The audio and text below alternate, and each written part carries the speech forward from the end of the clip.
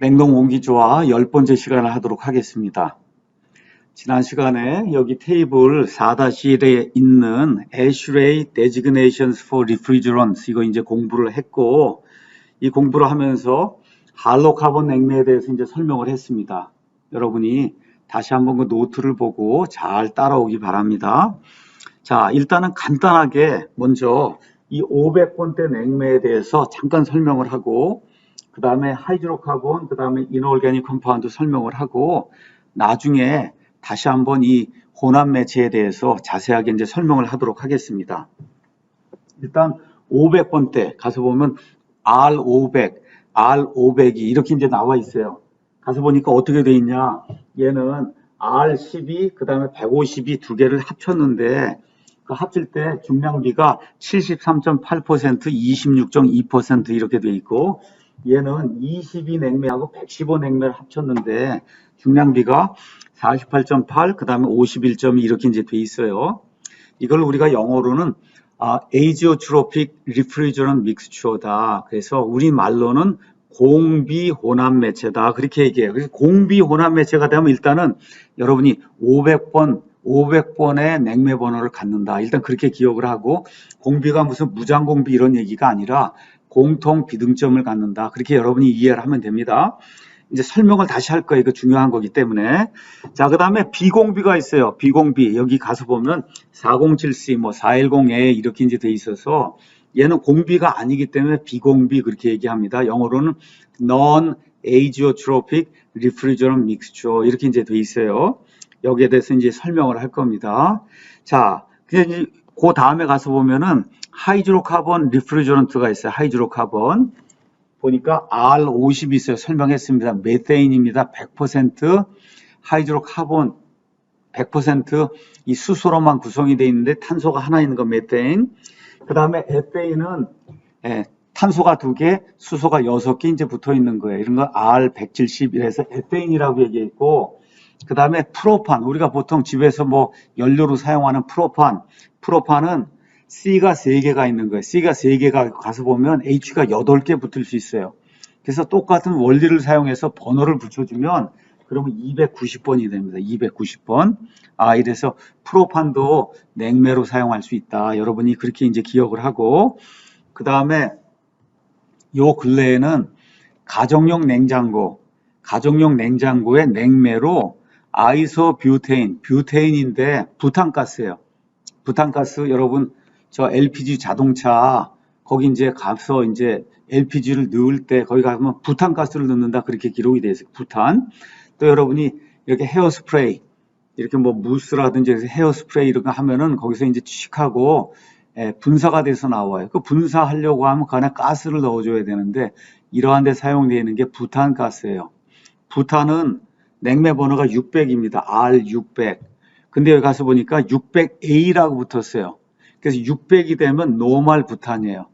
그 다음에 A가 붙으면 아이소모, 이성체라고 얘기했기 때문에 이런 놈은 아이소뷰테인, 이소부탄 그렇게 이제 이야기하는 겁니다. 자, 그래서 하이드로카본 냉매를 저렇게 이제 우리가 사용할 수 있다 이렇게 이야기를 했고, 그 다음에 맨 밑에 가면 700번대 냉매가 있습니다. 700번대. 얘는 제목이 인올게닉 컴파운드 이렇게 돼 있어요. 그러니까 무기 화합물이다. 그래서 세 종류가 있습니다. 암모니아, 그 다음에 워터, 그 다음에 카본 다이옥사이드, 이산화탄소 이렇게 돼 있어요. 얘는 700번대인데 어떻게 냉매 번호를 붙이느냐. 700에다가 각 컴파운드의 몰레큘러 웨이트를 더해 준 거예요. 그러니까 예를 들어 암모니아는 NH3입니다. NH3. 뭐 여러분 알고 있듯이 몰레큘러 웨이트이 17이에요. 17. 그래서 700에다가 17을 더해줘서 R717 그러면 암모니아다. 여러분 그렇게 기억을 하면 되고, 그 다음에 물은 H2O. H2O는 몰레큘러 웨이트이 분자량이 18이라는 거 알고 있어요. 그래서 R718 이렇게 나오면 이거는 물이구나. 그 다음에 카본 다이옥사이드는 CO2 이렇게 돼 있어서 몰레큘러 웨이트이 44입니다.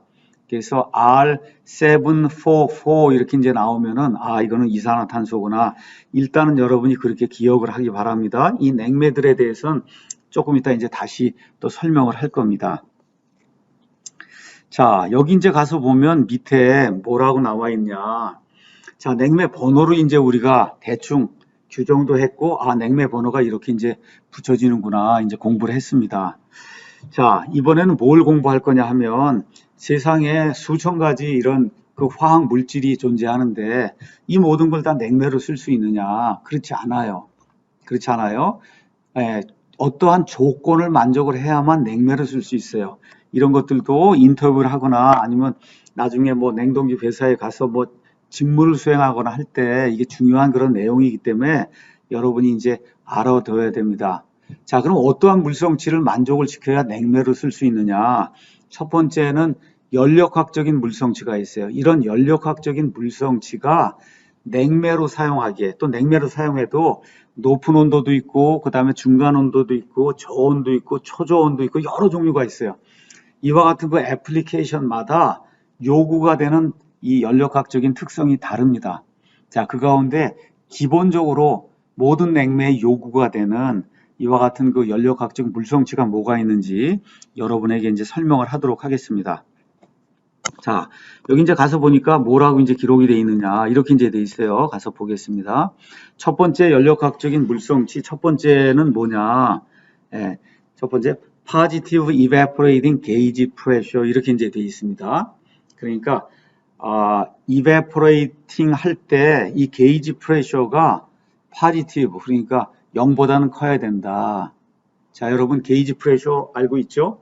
절대 압력이 있어요. 절대 진공에서부터 이렇게 재는 압력이 있고, 이 대기압을 중심으로 해서 그 위에 걸 재는 이와 같은 압력을 우리가 게이지 프레셔라고 이야기하고, 이 세상에 나가면은 거의 대부분 게이지 프레셔를 재는 이와 같은 그 모니터를 이제 사용을 합니다. 자, 근데 어쨌든 여기 가서 보니까 evaporating gauge pressure가 0보다 커야 된다. 그게 무슨 얘기냐? 자, 여기 냉동 공기조화 시스템이 있어요.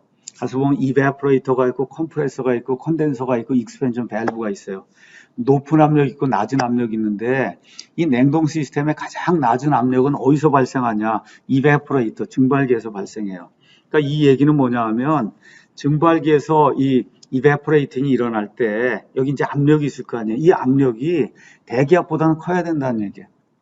대기압보다는 커야 된다. 그러니까 시스템 내에 최저 압력이 대기압보다는 커야 그래야 이거를 우리가 베이퍼 컴프레션 사이클의 냉매로 사용할 수 있다. 왜 그러냐? 아주 이유는 간단합니다. 이거 뭐 냉동기 이런 거 오래 돌리다 보면 그러면 반드시 누설이 생겨서 냉매가 밖으로 빠져나가는 그런 일이 생겨요.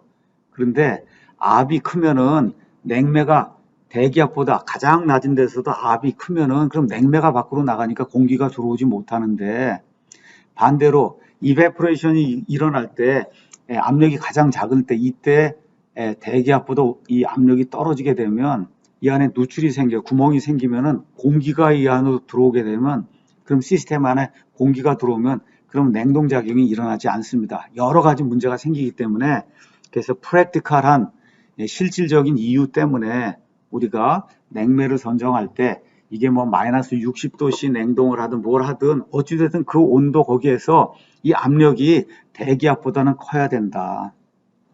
이걸 여러분이 이제 기억을 하고 두 번째는 moderately low condensing pressure. 자, 제일 낮은 거는 이베퍼레이터예요. 압력이. 가장 높은 건 컨덴서예요. 근데 이 컨덴서 압력이 뭐 500기압 이러면 쓸 수가 없는 거거든요.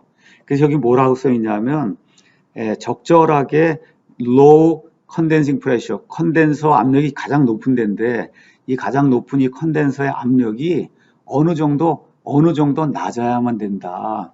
그러니까 예를 들어 우리가 지금 여기 에어컨 이렇게 돌리고 있는데 이런 에어컨 같은 경우 압력이 얼마쯤 되느냐? 뭐 증발기 같으면 한 4기압, 3기압, 5기압 뭐 이 정도가 되고 그다음에 저 컨덴서 쪽에는 압력이 뭐 한 13기압, 14기압 뭐 이 정도가 이제 되는 거예요. 요새 이제 새롭게 나오는 그런 냉매들은 조금 좀 압력이 높습니다. 그렇게 아무리 높아도 뭐 50기압 이렇게까지 가지 않거든요. 높아봐야 한 25기압, 30기압 이 정도가 돼야 그래야 이 안에 냉매가 이제 돌아다니면서 냉동작용, 뭐 응축 이런 걸 일으키게 될 때 우리가 거기에 필요한 열교환기를 적정한 그런 강도의 열교환기를 만들어 줄 수 있어요. 압력이 너무 높으면 그러면 관벽을 크게 만들어야 되고 그러면 매니팩처링 하는 것도 어렵고 여러 가지가 어렵습니다. 그래서 컨덴서 압력이 적절한 그런 규모의 압력이어야 된다. 그러니까 그냥 보통 얘기하면 30기압보다 밑으로 떨어져야 된다. 그렇게 여러분이 이해를 하면 됩니다. 자, 그 다음에 이제 세 번째는 어떠한 그 조건이 있냐. Relatively high critical temperature. 자, 여러분이 이제 TS 다이어그램 가서 보면 이렇게 TS 이렇게 이제 돼 있고, 그 다음에 이렇게 해서 이렇게 벨처럼 종처럼 이렇게 saturated liquid, saturated vapor 이렇게 돼 있고, 여기 가면 여기 크리티컬 포인트가 있어요. 임계점이 있어요. 임계. 그래서 임계점 여기 상응하는 이 온도를 우리가 크리티컬 템퍼러처다 이제 그렇게 얘기를 해요. 자, 이 크리티컬 템퍼러처가 relatively 높아야 된다.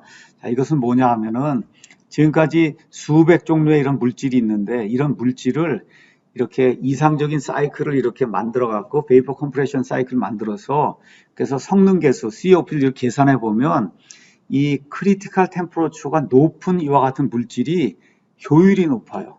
효율. 이게 효율이 높아야 지구 온난화나 이런 모든 것들을 막을 수 있기 때문에 그래서 이 생산자 입장이나 소비자 입장에서도 특히 지금 지난번에 이야기한 것처럼 탄소세를 내야 되고 이렇기 때문에 무조건 열 효율이 높은 이와 같은 냉동 시스템을 만들어야 됩니다. 이걸 만들기 위해서는 크리티컬 템퍼러처가 높은 그런 냉매를 가능한 한 선정을 해서 그래서 시스템의 효율을 높여야 된다. 자, 네 번째 이 연력학적인 물성치 우리가 꼭 고려해야 될 거는 뭐냐 하면 high latent heat of vaporization 이렇게 돼 있어요. 그러니까 증발 잠열이 커야 된다. 증발 잠열이 커야 된다. 자, 여러분 가서 보면 evaporator, 그 다음에 컴프레서, 그 다음에 컨덴서, 그 다음에 익스펜션 밸브 이렇게 돼 있어서 여러분이 단위 질량당 evaporator 안으로 들어가는 그 열량을 계산해라 그러면 evaporator 끝에 여기 있는 saturated vapor하고 들어가는 거에서 엔탈피 차이를 여러분이 계산하면 그게 단위 질량당 이 evaporator 안에서 이루어지는 refrigeration effect다 그렇게 이야기합니다. 맞아요. 자, H2 빼고 예를 들어 H1 이렇게 이제 이야기할 수가 있어요. 자, 그런데 그게 여러분이 이 냉동기를 구성하게 될 때는 저 냉동기가 10kW 냉방을 이루어야 된다. 그 10kW는 어떻게 구하냐? 10kW에다가 m닷 리프리저런트의 이 질량유량 이걸 곱해갖고 아까 했던 H2 빼기 H1을 곱해야 10kW가 되는 거예요. 그러니까 단위 질량당은 그냥 H2 빼기 H1이지만 우리가 전체 필요한 용량이 100kW다. 100kW는 m닷 여기 나와 있는 것처럼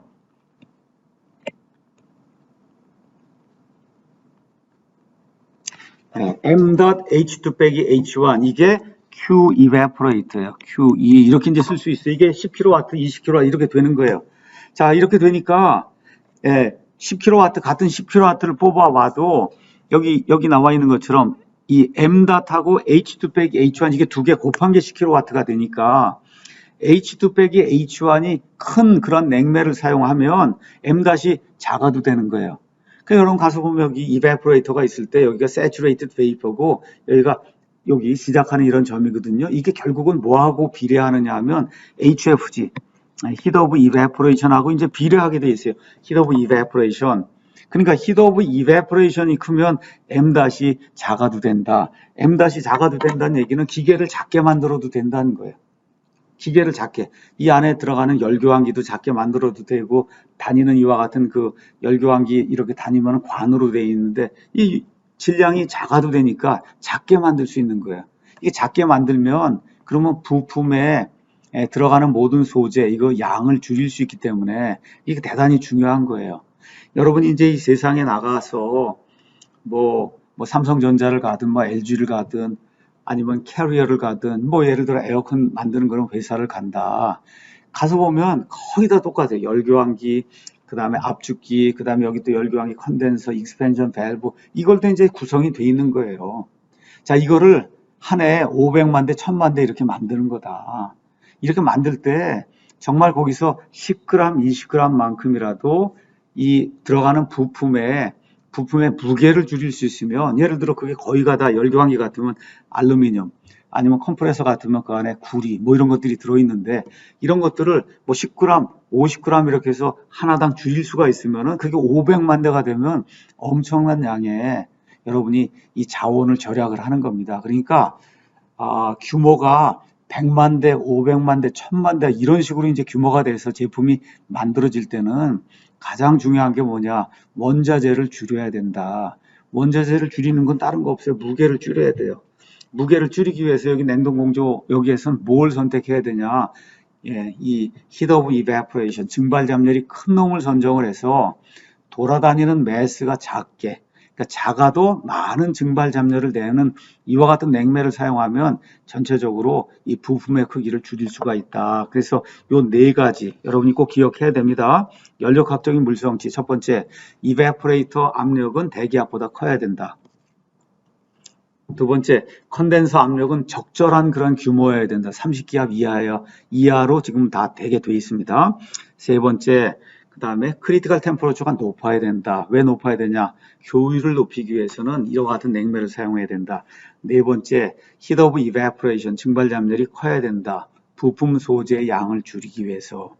자, 지금까지 공부한 거는 연력학적인 관점에서 필요한 물성치였어요. 자, 그 다음에 우리가 이제 볼 수 있는 거는 트랜스포트 프로퍼티라고 하는 거, 수송 물성이라고 하는 건 이제 봐야 됩니다. 수송 물성.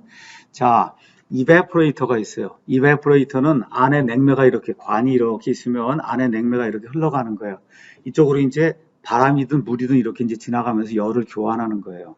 이렇게 되니까 열을 잘 수송할 수 있는 그런 냉매여야 된다. 그래서 첫 번째, high heat transfer characteristics, 그러니까 열 전달을 잘 일으키는 그러한 냉매여야 된다. 열 전달이 잘 이루어지면 열 교환기를 작게 만들 수 있으니까 이 들어가는 이 알루미늄이나 아니면 구리나 이런 양을 줄일 수 있는 거예요. 그러니까 열 전달 개수가 큰 놈을 여러분이 냉매로 가능하면 선정을 해야 된다. 열을 전달하는 거, 전달이 트랜스포트 하는 거예요. 그래서 이런 걸 우리가 트랜스포트 프로퍼티다. 이제 그렇게 얘기를 했습니다. 그럼 어떻게 되냐? 아주 간단한 거예요. 열 전도도가 높은 그와 같은 냉매를 사용해야 된다. 그렇게 이제 생각하면 됩니다. 그 다음에 이제 두 번째는 뭐냐? 이걸 이루기 위해서는 비스카시티가 낮은 냉매를 사용해야 된다.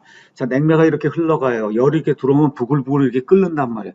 이게 끓으면은 그럼 냉매가 이렇게 떨어져서 이렇게 나가야 되는데 이게 끈적끈적하면 잘 안 날아가거든요. 안 날아가면 어떻게 해요? 열이 잘 전달이 안 되는 거예요. 컨덴서에서는 이렇게 냉매 기체가 이렇게 들어오면 그러면 열을 이렇게 해서 뺏어가게 되면 얘가 뚝뚝뚝 하고 이제 컨덴세이션에서 밑으로 떨어져야 되는데 근데 비스카시티가 크면 거기 붙어 있는 거예요. 붙어 있으면 어떻게 돼요? 증기가 와서 여기 닿지 못하기 때문에 열 전달이 제대로 이루어지지 않습니다.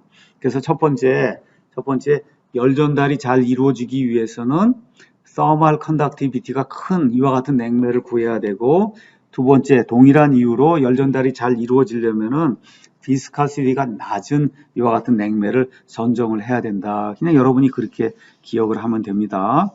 자, 그 다음에 또 어떤 것이 있냐? 케미컬 프로퍼티가 있어요. 케미컬 프로퍼티. 케미컬 프로퍼티에는 크게 두 종류가 있어요. 이너트니스하고 스테빌리티가 있다. 자, 이너트니스는 뭐냐? 이 냉매가 이 안에서 돌아다니는 거예요. 이거 돌아다녀요. 거기 안에 뭐 구리도 있고 알루미늄도 있고 어떤 경우에 뭐 필터도 있고 뭐 여러 가지가 있어요. 이거를 돌아다니는 가운데 그 안에 있는 물질들하고 반응을 일으키지 않아야 돼요. 그래서 이걸 우리가 불활성이라고 얘기해요. 불활성. 우리나라 말로는. 그래서 이너트니스가 커야 된다. 그러니까 문제를 일으키지 않아야 돼. 반응을 일으키지 않아야 된다. 그 다음에 이제 스테빌리티. 이건 또 뭐 하는 거냐. 자, 우리가 냉장고를 샀어요. 아니면 에어컨을 샀어요. 이거 뭐 몇 달 쓰고 끝내는 게 아니라 냉장고는 뭐 사면 보통 10년에서 20년. 10년에서 20년. 에어컨도 뭐 특별한 경우가 아니면 10년에서 20년을 사용하는 거예요. 자, 그럼 냉매가 무슨 일을 하나 한번 봐요. 이베포레이터에서 열을 받아 부글부글 끓습니다.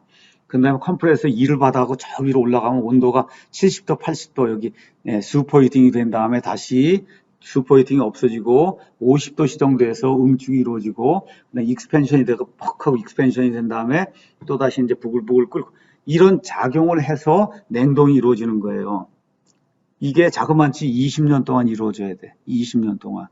그러니까 이 안에 사용이 되는 냉매가 화학적으로 스테이블해서 10년, 20년 동안, 뭐 예를 들어 마이너스 20도에서 끓고 저쪽에 가면 80도까지 갔다가 다시 마이너스 20도 왔다가 이거를 계속해서 20년 동안 해야 된다. 그러니까 스테이블하지 않고 가서 이게 붕괴가 된다든지 이러면 그건 그냥 컴프레서가 붕괴가 돼서 전체 시스템이 망가지기 때문에 두 번째 그 중요한 요소가 뭐냐? 화학적인 요소로 우리가 이 스테빌리티가 있어야 된다. 사람도 마찬가지예요. 사람도 이 세상에 70년, 80년 살고 회사 나가도 뭐 20년, 30년, 40년 근무를 해야 돼요. 1년만 잘하고 그다음부터 스테이블하지 않으면 회사에서 고용하기 어려운 거다. 그러니까 스테이블해야 돼.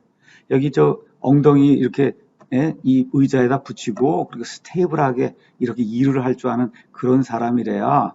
그래서 50세, 60세, 70세까지 일을 하면서 여러분이 이 세상을 살 수 있다. 아마 모르긴 해도 여기 학생들은 100세에는 뭐 기본적으로 이제 살 거예요. 100세.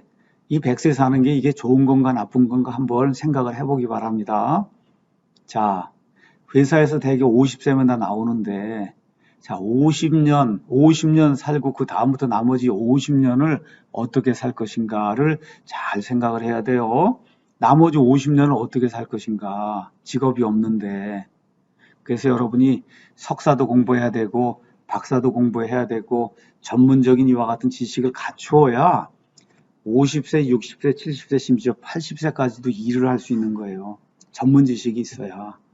그래서 거기 석사도 해야 되고 박사도 해야 하고 이렇게 해야 되는 거다. 아, 선배들이 그런 거 필요 없다고. 그건 그 사람들이 몰라서 그런 거예요. 나보다 나이가 어리잖아. 어린 사람들이 뭘 알겠어요. 그러니까 몰라서 그러는 거다. 이제 50세 되면 다 직장 나가야 된다. 그 이후에 50년 동안 뭘 할 수 있는가. 여러분이 잘 생각을 하고 그 이후에도 내가 삶을 영위해 나가기 위해서는 돈이 필요하단 말이야. 기본적인 돈. 이 돈은 일을 해야 나오는 거예요. 일을 해야. 그러니까 그 일을 하기 위해서는 전문적인 지식이 필요하다. 그 전문적인 지식은 어디서 얻냐? 대학원을 와야 되는 거예요. 그래서 석사 과정을 하고 또 그걸 조금 더 해서 전체적으로 한 5년, 6년 동안 박사까지 하면 그러면 70세까지 일하는 게 이제 보장이 되는 거다. 또 박사가 되면 평생 동안 사람들이 박사님 막 불러주는 거예요. 이게 좋은 거예요. 들어가면 월급도 많이 받고 좋은 거라고. 그러니까 정신을 똑바로 차리고 석사도 하고 이왕이면 박사까지 이렇게 많이 하고 한국에서 해도 좋고 미국에 가서 해도 좋고 어디 가서 해도 좋아요. 그래서 공부를 더 해야 그래야 스테이블한 그런 라이프를 살 수 있다는 거를 내가 스테빌리티 설명하면서 여러분에게 이렇게 충고의 말로 줬습니다. 잘 듣고 따라가면 그러면 아마 여러분 인생에 좀 도움이 될 겁니다. 자, 그 다음에 이것 말고 또 어떤 게 있냐? Health, Safety and Environmental 이렇게 돼 있어. 건강 요소도 고려해야 된다. 안전 요소도 고려해야 된다. 그 다음에 환경적인 요소도 고려해야 된다. 자, 첫 번째 나오는 게 뭐냐? Non-toxicity. 자, 독성이 없어야 된다는 거예요. Non-toxicity.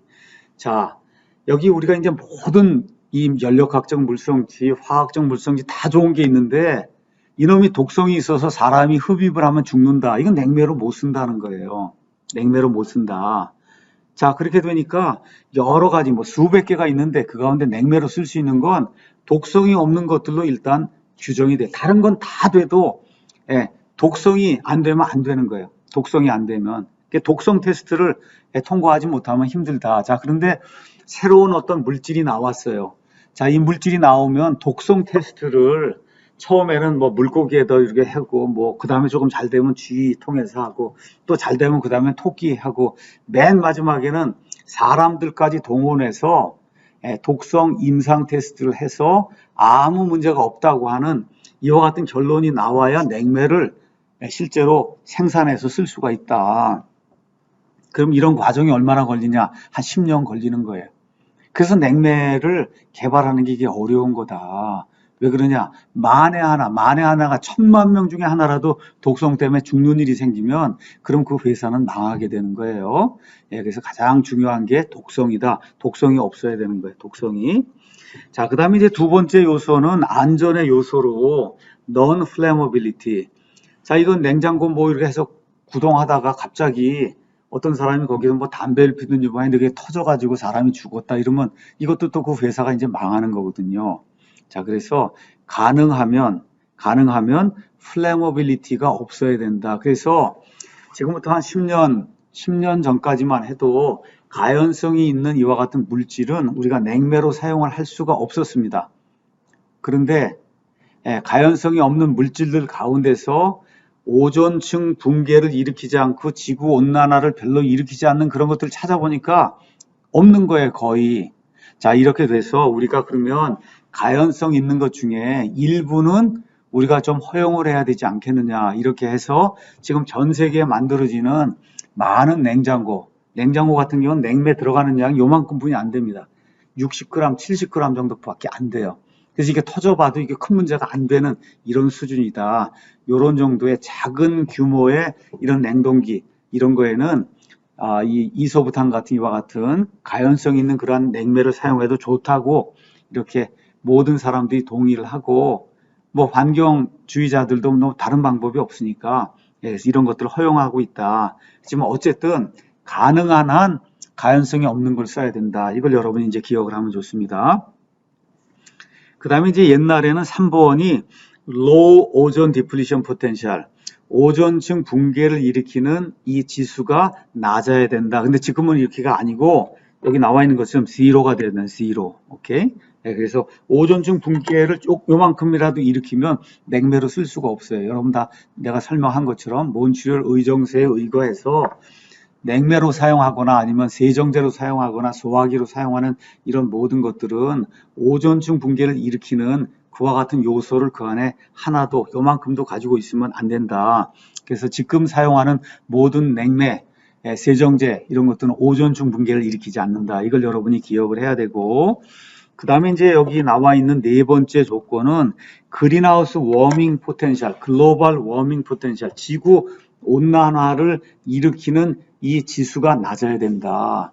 이야기했죠, 지금? 지구가 다 따뜻해지고 있다. 이산화탄소 이런 거 발생 이런 것 때문에. 그래서 지구온난화 지수가 낮아야 된다. 자, 그런데 지구온난화 지수, 여기 냉매를 사용할 때 지구온난화 지수는 냉동기는 두 가지가 있어요.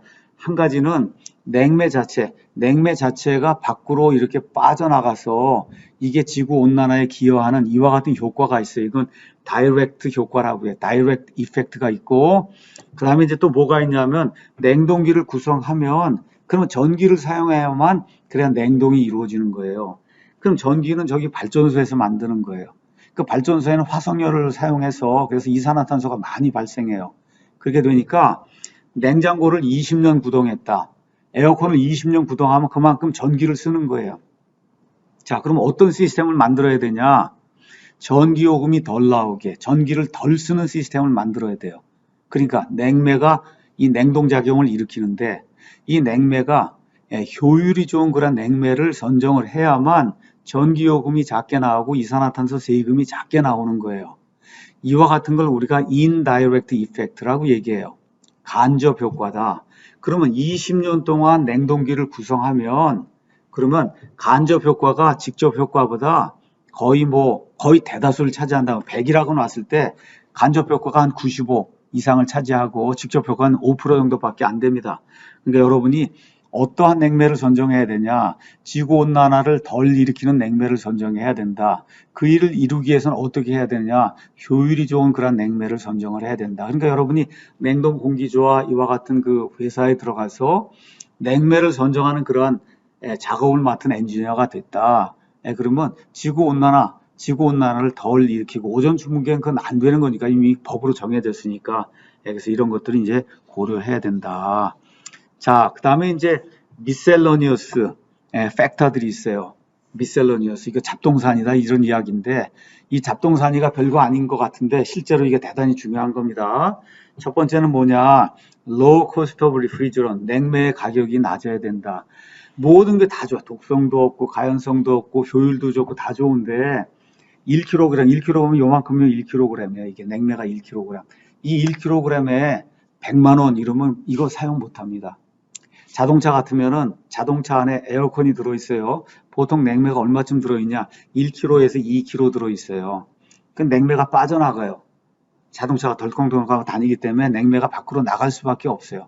이렇게 돼서 한 3년, 4년 지나게 되면 그 뭐 냉매 3분의 1이든 4분의 1 이렇게 충전을 해줘야 되는데 지금 충전하라고 하면 10만 원인데 충전하러 갔더니 50만 원이라고 100만 원 내라 그러고 이렇게 돼서 잘못해갖고 완전히 붕괴가 돼서 다 나가버리면은 냉매값만 200만 원을 내라 그러고 이러면 할 수가 없으니까 그래서 첫 번째 냉매 가격이 어느 정도 낮아야 된다. 지금 우리가 이제 사용하는 냉매는 가격이 10,000원, 20,000원, 1kg에 이 정도 이제 되는 거예요. 이런 수준으로 낮아야만 냉매 이제 수리하러 갔을 때 뭐 10만 원 정도 내고 전체 뭐 이렇게 할 수 있는 이런 수준이 되는 거거든요.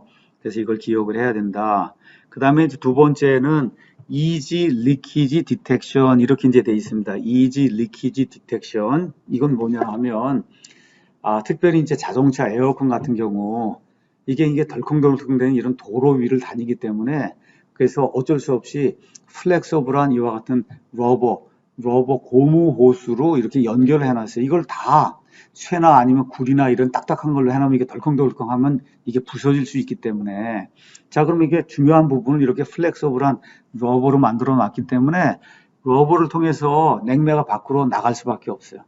자, 그럼 나가면은 어디서 냉매가 유출이 되는지 이 리키지 디텍션 할 수 있는 뭔가 있어 갖고 그런 가스를 디텍트해서 그래서 쉽게 고칠 수 있어야지 어떤 걸 사용해도 이게 디텍션이 안 된다. 이러면 이게 곤란해지는 거예요. 자, 그래서 이제 대부분의 경우는 비눗방울을 사용해서 이렇게 가져다 놓고 이렇게 어디에서 새는가 이거 확인하는데 이건 아주 유치한 그런 방법이고 미국이나 이런 데 가면은 할로겐 디텍터 그러니까 그 안에 할로겐이 들어있으니까 할로겐이 나오면 띡띡띡띡 이렇게 해서 소리가 나게 만드는 뭐 이런 디텍터를 사용합니다. 그러니까 어쨌든 냉매가 새면 이거를 새는 데를 금방 알아낼 수 있는 이와 같은 디텍트가 잘 되는 그런 냉매여야 된다. 자, 그 다음에 이제 세 번째는 뭐가 있냐면 satisfactory oil solubility 이렇게 이제 되어 있습니다. 자, 여기에 대해서는 4-4에서 설명한다고 해요. 아주 뭐 별거 아니니까 지금 잠깐 설명을 하겠습니다. 자, 냉장고 돌리면은 그 안에 압축기가 있어요. 압축기 냉매를 압축하는 거예요. 이론적으로 그냥 냉매만 압축하면 되지만 여기 피스톤 실린더가 있는데 이게 하루에 수만 번 왔다 갔다 하는데 이 안에 윤활유가 없으면은 그럼 이게 망가지거든요. 그러니까 모든 냉동기에는 압축기가 있다. 이 압축기가 있으면 반드시 뭐가 있어야 되냐? 윤활유가 있어야 돼요. 그래서 얘를 부드럽게 이렇게 해주면서 또 식혀주는 이와 같은 윤활유가 있어야 돼요. 그래서 냉매를 사용하면 그 안에 반드시 기름, 이 오일이 사용돼서 이 두 개가 합쳐져야 되는데 이 두 개가 어떤 식으로 합쳐져야 되냐? 여러분이 이제 소주나 이런 거 보면 소주는 알코올하고 물하고 이게 합쳐져 갖고 사실 이게 알코올인지 물인지 알 수가 없을 정도로 아주 잘 돼서 이 알코올이 그 안에 용해가 되어 있는 거야. 잘 용해가 되어 있는 거야. 이런 식으로 냉매하고 기름이 이게 냉매인지 기름인지 서로 구분이 되지 않을 정도로 잘 솔류블하게 이게 돼야만 그래야 이게 왔다 갔다 하면서 윤활작용도 일으키고 그 다음에 일부는 이베포레이터를 타고 이렇게 이제 돌아다녀요. 이게 기름이. 이 기름이 잘 돌아다니면서 다시 모여가지고 그래서 윤활작용을 잘 해야 되는데 이게 분리가 되면 그럼 기름이 어디 가서 한 군데 쌓이게 되고 쌓이면은 그 부분에서 예를 들어 이베포레이터에 쌓인다. 그 증발이 일어나지 않는 거예요. 또 쌓이면은 압축기에 문제가 생겨요. 그럼 시스템이 망가지는 거기 때문에 기름하고의 그 솔루빌리티가 아주 좋아야 된다. 다섯 번째는 High Dielectric Strength of Vapor 이렇게 이제 되어 있습니다. 자, 이거는 뭘 얘기하는 거냐? 우리가 이제 집에 있는 냉장고 아니면 우리가 이제 보통 사용하는 저 에어컨 뭐 이런 것들이 지금 수억 대 지금 세계에 이제 퍼져 있어요. 가서 보면 어떻게 구성이 되어 있냐 이런 깡통이 있습니다. 깡통. 이런 깡통이 있으면 증기가 이게 이베포레이터에서 나온 증기가 들어가는 관이 하나가 있고 그 다음에 압축을 한 다음에 뜨거워진 증기가 나오는 관이 하나가 나와 있어요. 이게 석션, 우리 파이프라고 얘기할 수 있죠. 이쪽은 디스차지 파이프가 있어요. 자, 그래서 석션 되는 거, 예를 들어 7도씨짜리 증기가 이 안에 이제 들어간단 말이에요. 증기가 들어가면, 그러면 이론적으로는 압축기가 여기 있어서 밖에서 모터나 이런 걸로 돌려줘서 왔다 갔다 하면 이제 되게 돼 있는데, 실제로 그러면 또 밖에다가 모터를 이렇게 하면 이게 어렵기 때문에 이 깡통 안에 쉽게 얘기하면 모터가 다 들어있는 거예요. 모터를 구동하려고 하면 여러분 보통 에나멜 선이라고 해서 구리, 와인딩이 이렇게 이제 돼 있어요. 이게 뜨거워지기 때문에, 그래서 어떻게 여기 차가운 냉매가 이게 들어가서 압축기로 들어가기 전에 그 모터 와인딩을 시켜주는 거예요. 모터 와인딩을 시켜주고, 그리고 여기 압축기 이 석션 밸브 안으로 들어가서 그 다음에 디스차지가 돼서 이제 밖으로 나오는 거예요. 그러니까 이 모터가 뜨거워지고 하는 거를 여기 증발기에서 나온 이와 같은 증기가 식혀주는 거다. 자, 이게 증기가 그런데 전기를 통하면 곤란하잖아요. 그래서 전기를 통하면 곤란해. 여기 지금 모터 이거 돌아가고 있고 와인딩 여기로 전기가 통하는 이와 같은 물질이 이 안에 들어가면은 그러면 구동이 되지 않기 때문에, 그래서 전기를 통하지 않아야 돼요. 이 베이퍼가. 전기를 통하지 않는 특성을 우리가 다이일렉트릭, 일렉트릭 전기란 얘기고 D가 붙으면 아니란 뜻이에요. 그러니까 전기를 전하지 않는 강도가 높은 이와 같은 냉매, 높은 그와 같은 기체, 이와 같은 걸 우리가 냉매로 선정을 해야 된다. 이렇게 이제 이야기할 수가 있습니다. 자, 정리를 합니다. 정리. 첫 번째 thermodynamic, 그 다음에 이제 두 번째 chemical, 그 다음에 세 번째 health, safety and environment, 그 다음에 miscellaneous 이렇게 돼 있어요. 이번 학기에 이제 중간고사를 우리가 보는데, 중간고사에는 여러 가지 탑픽에 대해서 한 페이지로 적어라, 이런 문제가 이제 나올 겁니다. 뭐 예를 들어 냉매가 되려면 어떤 특성을 가져야 되냐, 그럼 네 가지 이렇게 해서 한 페이지를 딱 이렇게 이제 적어야 되고, 오존층 붕괴와 지구 온난화에 대해서 한 페이지 딱 이렇게 적어야 되고, 증기 압축식 사이클하고 뭐 흡수식 사이클의 차이가 뭐냐고 한 페이지도 적어야 되고, 이런 걸 여러분에게 이제 물어볼 거예요, 시험에. 그러니까 여러분이 잘 준비를 하고 이렇게 하면은 상식도 늘리고 나중에 인터뷰도 할 수 있고, 또 이걸 잘 알게 되면 나중에 냉동공기조합 회사 이런 데 가서 여러분이 엔지니어로 일할 수 있기 때문에 이 과목을 통해서 필요한 여러 가지 것들 여러분에게 묻는다는 거. 그래서 이제 시험 시간이 되면 그럼 가르쳐 줄 거예요. 그래서 하면 이러이러한 것들은 공부를 좀 해야 된다. 다 적어서 자기 말로 적어야 된다. 그래서 미리미리 이제 준비를 해두면 좋습니다. 자, 이와 같은 그 여러 가지 물성치가 있는데 이런 요구 조건을 만족을 시켜야만 냉매로 사용할 수 있다. 근데 이 밑에 뭐라고 써 있냐 하면 unfortunately, 불행하게도 no single compound is available which is absolutely satisfactory for all refrigeration system.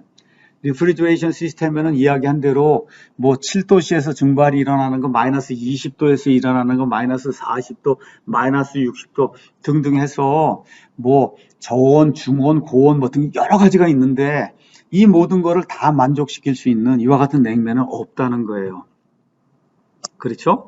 그래서 이제 그 다음에 나온 게 뭐냐 하면 we find that some refrigerants are well suited for particular applications, but wholly unsuitable for others 이렇게 돼 있어요. 어떤 냉매를 보니까 뭐 예를 들어 7도씨 에어컨디셔닝 하는데 굉장히 좋지만 마이너스 60도에서는 안 된다. 또 어떤 건 마이너스 60도 냉동은 잘 되는데 7도씨에는 안 된다. 이렇게 이제 돼 있다는 걸 우리가 이제 다 알고 있는 겁니다. 자, 또 어떤 게 있냐? 최근에 가서 보니까 R11, 12 이건 CFC가 되는 거야. CFC가 돼서 얘는 오존층 붕괴를 일으키기 때문에 우리가 이제 사용할 수 없다는 거예요. 자, 이런 여러 가지 조건들, 또 거기다 뭐가 맞아야 되느냐? 노멀 보일링 포인트, 보일링 포인트가 맞아야 돼요. 보일링 포인트는 비등점이에요. 그래서 비등점이 낮다, 비등점이 낮은 데서도 끓는다. 그럼 베이퍼 프레셔가 높은 거예요. 휘발성이 높은 거다. 여러분이 잘 기억해야 됩니다. 세상에 나가면 노멀 보일링 포인트, 보일링 포인트가 낮다. 잘 끓는 거예요. 잘 끓는다. 그 얘기는 베이퍼 프레셔가 큰 거예요. 프레셔가 커. 압력이 큰 거예요.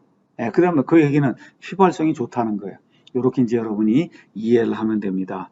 자, 그래서 노멀 보일링 포인트도 고려해야 되고 연력학적인 물성치, 그 다음에 케미컬 물성치, 건강, 안전, 환경, 그 다음에 가격 뭐 등등 여러 가지를 다 고려를 하다 보니까 수백 개 그 작동 유체로 사용할 수 있는 유체들 가운데 실제 냉매로 사용할 수 있는 건 몇 가지가 안 된다. 자, 그래서 이런 것들이 어디에 이제 사용이 되는지, 냉매가 어디에 사용이 되는가 이런 거를 여러분에게 좀 설명을 하도록 하겠습니다. 자, 이 할로카본 냉매가 만들어지기 전에 이미 이 세상에 존재하던 냉매가 있어요. 그런 냉매는 뭐냐? 이놀게닉 컴파운드. 그래서 첫 번째 나오는 게 암모니아입니다. 암모니아. 그래서 암모니아는 이렇게 이제 표현이 되어 있어요. Although it is one of the oldest refrigerants. 지금까지 알려진 냉매 가운데 가장 오래된 것 중에 하나다. 그렇게 오래됐는데도 암모니아 is still widely used, particularly in the larger industrial application. 아주 굉장히 오래된 거예요. 100년 이상 이렇게 됐는데 지금도 사용이 된다. 어디에 주로 사용이 되냐? 대규모 산업용 이 냉동 아니면 공기조화 이렇게 하는데 이제 사용이 된다는 거예요. 자, 그 다음에 가서 보니까 ammonia is an excellent refrigerant from a thermodynamic viewpoint. 그러니까 연력학적인 관점에서 봤을 때 암모니아는 굉장히 좋은 거다. 여기 뭐 보일링 포인트 이런 거 얼마 이런 것까지 외울 필요 없어요. 어쨌든 마이너스 33도씨 정도, 1기압에서 마이너스 33도씨 정도에서 비등이 이제 일어난다. 일단 여러분이 그렇게 대충 알고 있고, 자, 그럼 뭐가 좋으냐? 뭐가 좋으냐? One of its outstanding characteristics is its high latent heat of vaporization. 암모니아는 좋은데 어떤 게 특별히 좋으냐? heat of evaporation, 증발 잠열이 크다는 거예요. 설명했죠? 증발 잠열이 크면은 똑같은 용량의 냉방을 만들려고 할 때 기계가 작아도 된다는 거예요. 굉장히 중요한 거예요. 자, 그 다음에 이제 또 뭐라고 나와 있냐 하면 암모니아는 다 좋은데 암모니아가 문제가 되는 경우가 있다.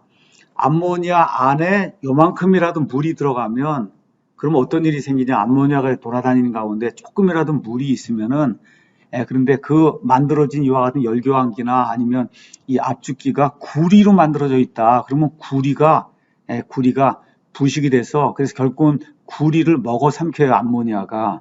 그렇기 때문에 안 된다. 그래서 여기 뭐라고 써 있냐면 암모니아 strongly attacks copper and cuprous alloys. 카파, 구리가 들어가 있는 이와 같은 합금이나 아니면 구리 자체를 공격을 한다는 거예요. 그래서 지나게 되면 그럼 구리관이 터집니다. 그래서 암모니아를 사용할 때는 반드시 쇠나 아니면 알루미늄으로 되어 있는 이와 같은 열교환기 아니면 부품을 사용해야 된다. 이런 것만 여러분이 기억하면 되고, 덴마크 같은 경우에 낙농업이 발전했다. 여러분 잘 알 거예요. 그래서 낙농업 이렇게 대규모로 이렇게 뭐 우유를 이렇게 냉장을 한다든지 이런 거 이제 할 때 이 암모니아 냉동기를 여전히 사용한다. 암모니아는 또 다른 문제점이 있습니다. 어떤 문제점이 있느냐? 암모니아는 냄새가 굉장히 커요. 그래서 암모니아 요만큼이라도 샜다고 하는 날에는 그러면은 그 주변에 있는 사람들이 일을 할 수가 없어요.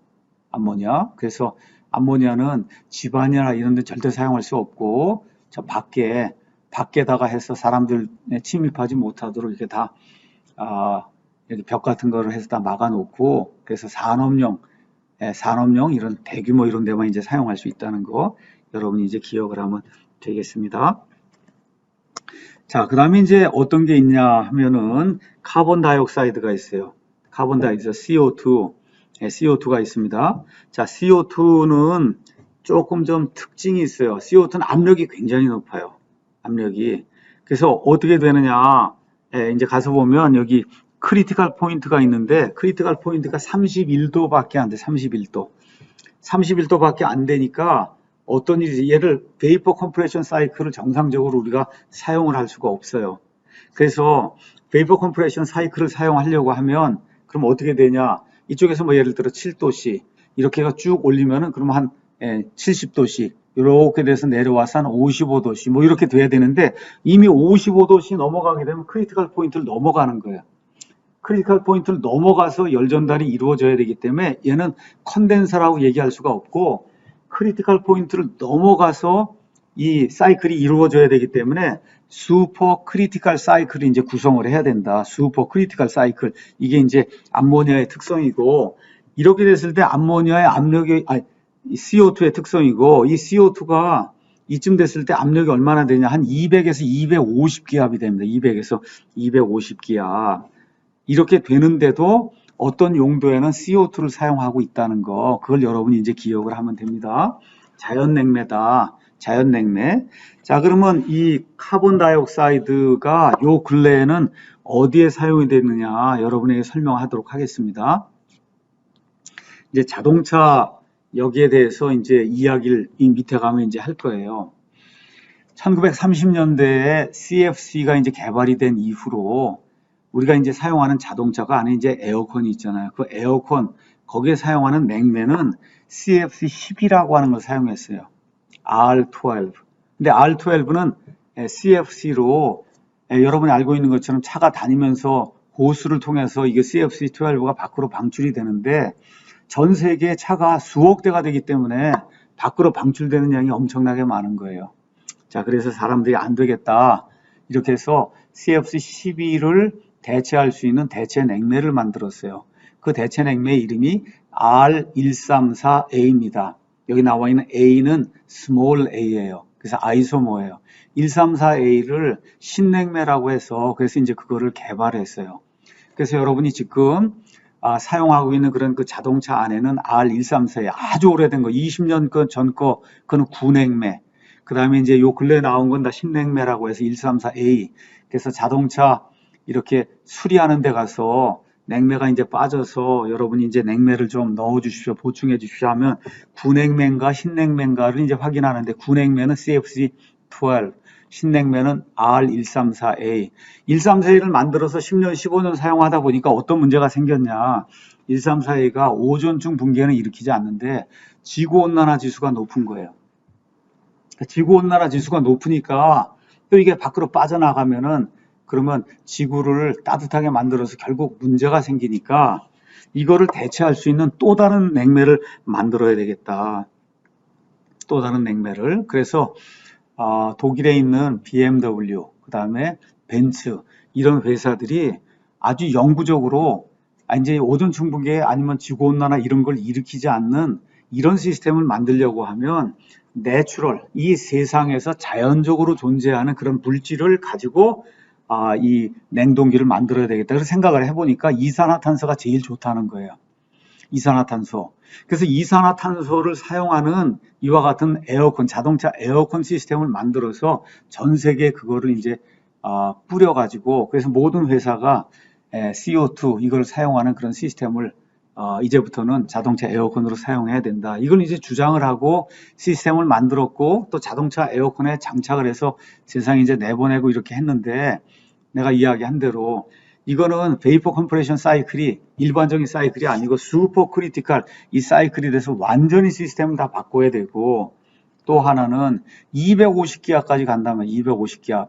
그렇게 되니까 여기 이 부분 이거 넘어선 이 부분 슈퍼 크리티컬 열 전달이 이렇게 일어나는 이 부분 여기에 사용이 되는 열교환기 이거 재질도 특별하게 아주 강하게 만들어야 되고 이런 문제가 생기고 터졌다 하면 엄청나게 큰 압력에서 이제 터져나가고 이렇게 되니까 대다수 이 에어컨 만드는 회사 또 특히 미국의 이 냉매를 제조하거나 그런 회사들이 다 반대를 해서 그래서 이제 미국에서 이제 냉매를 제조하는 회사는 CO2 대신에 R1234YF, 1234YF라고 하는 그런 냉매를 이제 개발했어요.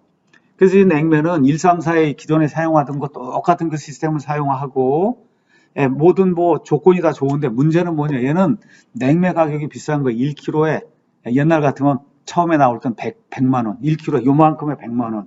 그러니까 이걸 사용하기가 어려운 문제가 있어서 서로 이렇게 티격태격 이렇게 하다가 결국은 이거 CO2를 쓰는 그런 에어컨을 만들면 세상에 존재하는 모든 이 자동차 에어컨 수리하는데 이런 모든 회사의 모든 걸 다 바꿔야 되기 때문에 그 방향으로 이제 갈 수가 없다. 또 더구나 이게 이제 미국 같은데 아프리카 같은데 가면 그러면 어떻게 되냐? 여러분 알고 있으니까 아리조나 이런 사막이 있단 말이에요. 거기 가면은 압력이 250기압이 아니라 300에서 350기압까지 가요. 그렇게 되면 이게 큰일이 나니까 유럽이라든지 이렇게 날씨가 이렇게 이 온도가 그렇게 높지 않은 데는 어느 정도 사용할 수가 있지만 전 세계 모든 나라가 공통으로 사용하기 위해서는 CO2는 되지 않는다. 지금도 벤츠나 BMW는 계속해서 CO2를 고집을 하고 있는데 전 세계 미국을 비롯해서 일본 등 전 세계 다른 모든 나라 또 엔지니어들은 압력이 이렇게 높은 거 사용할 수 없다. 그래서 지금 1, 2, 3, 4 YF라고 하는 이와 같은 냉매로 1, 3, 4L을 개조하는 그와 같은 일을 하고 있고 또 대량 생산이 되면서 이제 가격이 점점 떨어져서 이제는 뭐 10만 원, 20만 원, 뭐 1kg에 이런 수준으로 이제 내려오고 있다는 거 그것만 여러분이 기억하고 어쨌든 카본 다이옥사이드 이 CO2를 자연 냉매, 내추럴 리프리저런트로 냉동 시스템에 사용을 하고 있고 또 이게 대규모로 자동차 에어컨에 이걸 적용해서 사용하려고 하는 그런 시도가 지난 10년, 15년 정도 유럽의 여러 자동차 회사들에 의해서 이루어져 왔다. 하여튼 어쨌든 카본 다이옥사이드 이런 것들 사용할 수 있다는 거 여러분이 기억을 하고 마지막으로 이제 하나만 더 하고 일단 이 부분은 마치도록 하겠습니다. 세 번째는 워터가 있어요. 워터는 이제 718번인데 이 워터는 어디에 사용하는 거냐? 여러분 이제 나중에 흡수식을 공부할 거예요. 흡수식을 공부하면은 그러면 물을 냉매로 이제 사용하게 됩니다. 물을 냉매로. 그래서 물을 냉매로 사용할 수 있는 이와 같은 냉동 장치도 있다. 이 여러분이 이제 기억을 하면 좋습니다. 자, 어쨌든 물은 증기압이 굉장히 낮아요. 1기압에서 100도씨에서 끓는데 지금 뭐 이렇게 에어컨 일으키려고 이렇게 뭐 사용해서 냉방을 일으키려고 하면 7도씨에서 끓어야 돼. 7도씨. 그렇죠? 생각을 해봐요. 1기압에서 100도씨에서 끓으면 그러면 그걸 가지고 냉매를 사용하려고 하면 7도씨에서 끓어야 된다고. 증발기 같으면 한 45도씨 정도에서 응축이 같은 응축이 일어나야 돼요. 자, 그 얘기는 무슨 얘기냐? 응축이나 증발이 저 밑에 진공 상태에서 일어나야 된다는 거예요. 진공 상태. 7도씨 정도면 그러면 아마 모르긴 해도 1기압에 한 100분의 한 7, 그러니까 7kPa, 8kPa. 1기압이 101.325kPa이니까 뭐 7kPa, 8kPa 정도의 거의 절대 진공의 상태에서 증발이 일어나야 된다. 이렇기 때문에 보통의 애플리케이션에는 물을 냉매로 사용할 수 없다. 여러분 기억하고 나중에 이제 우리가 흡수식을 공부할 거예요. 흡수식을 사용하는 그런 경우에는 진공 상태에서 그 상태에서 물을 증발을 시키고 진공 상태에서 물을 응축을 시켜서 대규모의 냉동작용을 일으킬 수 있다. 요 정도만 여러분이 오늘 기억을 하면 되겠습니다. 이렇게 이제 해서 내추럴 리프리저런트 자연 냉매 여기까지 이제 설명을 하도록 하겠습니다.